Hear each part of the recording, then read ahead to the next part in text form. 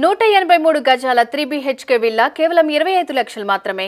సమస్యల్లో ఉన్న వాళ్ళకి నేనున్నాను అని ఎప్పుడు కూడా తయారుగా ఉండే శ్రీ వంగవీటి మోహన్ రంగా గారి 35వ వర్ధంతి ఈరోజు. ఆటో కార్మికుల నుంచి ఆటో నగర్ వాళ్ళ వరకు కూడా ఆయన ఎప్పుడు కూడా వాళ్లకు మద్దతు ఇచ్చేవారు. ముఖ్యంగా విద్యార్థులు రాజకీయాల్లో రావాలని ఆయన ఎప్పుడు కోరుకునేవారు.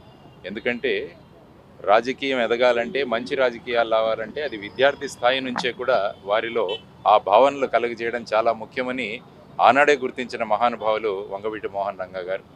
ఆయన ఆశయాల కోసం ఎక్కడా కూడా కాంప్రమైజ్ అవ్వలేదు. నేను ఆశయ సిద్ధి కోసం నేను వెళతాను, ఎప్పటికైనా నేను ప్రజల యొక్క సమస్యలు పరిష్కరించేదానికే నేను పుట్టాను అన్న భావనలతో ఆయన వెళ్ళారు. అందుకనే ఈ ప్రాంతం ప్రజలు కూడా ఆయనకు జేజేలు పలికి ఆయన్ను ఎమ్మెల్యేగా కూడా చేశారు. కానీ పరిస్థితులు మనకు తెలుసు, ఏ విధమైన పరిస్థితిలో ఆయన మనల్ని అందరినీ వదిలి వెళ్ళారు అన్నది. కానీ రంగా గారి ఆశయాలు, అట్టడుగులో ఉన్న వ్యక్తి యొక్క అభివృద్ధే నా జీవనం అని ఆయన అనేవారు. కాబట్టి ఇప్పటికీ కూడా అందరి గుండెల్లో శాశ్వతంగా ఉన్నారు రంగా గారు. వారి కుటుంబానికి ఈ 35వ వర్ధంతి సందర్భంగా ఆ మహానుభావుడికి మనం అందరం కలిసి నివాళులు అర్పిద్దామని ఈరోజు ఇక్కడ రావింది.